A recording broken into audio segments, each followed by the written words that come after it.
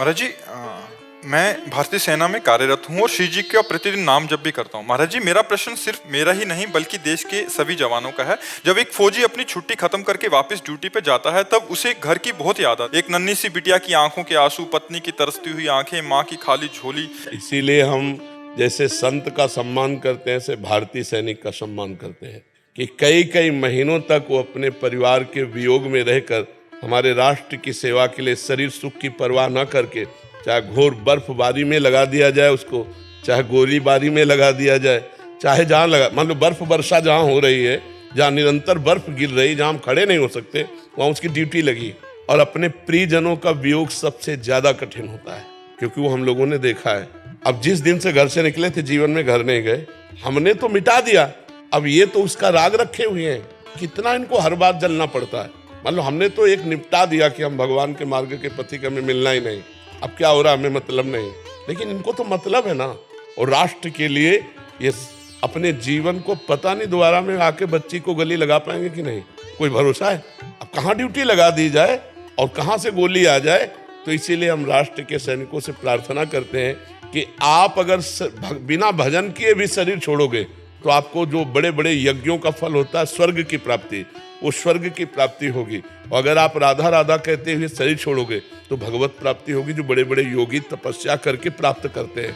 बस आपको राष्ट्र सेवा के लिए आपको अपने मोह का बलिदान देना होगा, आपको सहना होगा कि हम तिरंगे के लिए अपनी बेटी, अपने पत्नी, अपने माता पिता सबको त्याग करके तिरंगे की रक्षा के लिए अपने जान अर्पित करते हैं। अगर बची जान तो उनके लिए है, नहीं तो तिरंगे को अर्पित करते हैं। सबसे ज्यादा भारत में सम्माननीय अगर कोई है तो त्यागी और वैरागी संत या सैनिक, हम दो को देखते हैं। मान लो आप बहुत बड़े पद में हो तो आपके साथ व्यवस्था है, अंगरक्षा है, आप अपने घर में चैन से अपने अनुकूल भोजन पा रहे हैं, समय पे सो रहे हैं, मनोरंजन कर रहे हैं। वो राष्ट्र का सैनिक, उसको जो मिला खड़े खड़े खा रहा है, जरूरत पड़ी तो गोली चला रहा है और या हर कष्ट सह रहा है। अपने परिवार से फोन से बात करने का भी समय उसको नहीं मिल सकता।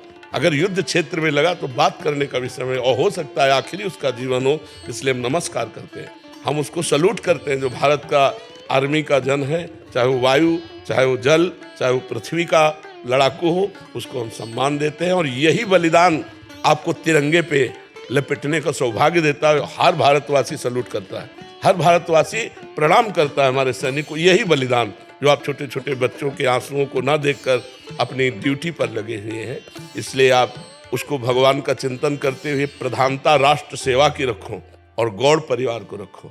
समय मिला, जीवन बचा तो फिर मिलेंगे, नहीं तो राष्ट्र के लिए बलिदान है हमारा।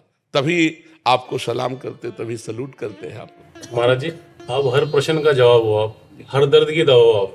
बस महाराज जी एक यही कहते हैं ना कि देश के सैनिक की सिर्फ यही कमजोर कड़ी खाली महाराज जी। बिल्कुल बिल्कुल, अब ये कमजोरी तो मिटानी पड़ेगी। गुरु गोविंद सिंह के दोनों बच्चे दीवाल में चुने जा रहे हैं, लेकिन ना बच्चों ने तौबा बोला और ना गुरु गोविंद सिंह ने। दीवाल में जिंदा चुन दिए गए बच्चे। आपके बच्चे तो भगवान की कृपा से सुरक्षित ही हैं। उनके बच्चे जिस लड़ाई में आप कदम रखे हुए हैं देश रक्षा के लिए, तो राष्ट्र और देश और धर्म एक ही बात है। धर्म रक्षा के लिए गुरु गोविंद सिंह के बच्चे दीवाल में चुने जा रहे हैं, लेकिन ना बच्चों में आह और ना गुरु गोविंद सिंह में आह। और चुन दिए गए लेकिन धर्म विरुद्ध रहे। तेग बहादुर सिंह ने अपनी गर्दन कटवा ली, गुरु अर्जुन देव जी ने पूरे शरीर को जला दिया उन दुष्टों ने, लेकिन कहा तेरा किया मीठा लागे। तो ये बहादुरों का मार्ग है। आप बहादुर हो, आप नॉर्मल इंसान नहीं हो, आप राष्ट्र सैनिक हो, तो नॉर्मल की तरह बर्ताव भी नहीं होगा आपका सिंहवत बर्ताव होगा। जब परिवार की तरफ जा रहे हैं तो इस समय पूरा प्यार परिवार को, और जब परिवार से मिले तो जय हिंद। अब हम जानते भी नहीं, राष्ट्र के लिए हमारा जीवन समर्पित। ऐसे वीर बहादुर बनो तो लोक परलोक सब तुम्हारे हाथ में रहेगा। कोई साधारण बात नहीं है, आप राष्ट्र सैनिक हैं। कोई भी ऐसा नहीं है जो सैनिकों के द्वारा सुरक्षित ना हो। अगर आप वहां ना हो तो हम यहाँ भजन नहीं कर सकते, आप वहां कष्ट सह करके तो हम यहाँ चैन से रजाई में सो सकते हैं। अगर आप वहां कष्ट सह कर सुरक्षा में जरा भी पोल कर दे तो यहाँ हजारों लाखों मारे जा सकते हैं। इसलिए आप, हम सबका आशीर्वाद आपके साथ है, हम सबके पुण्य आपके साथ हैं, और आपका परिवार भी सुरक्षित रहेगा और आप भी सुरक्षित रहेंगे। चिंता मत कीजिए।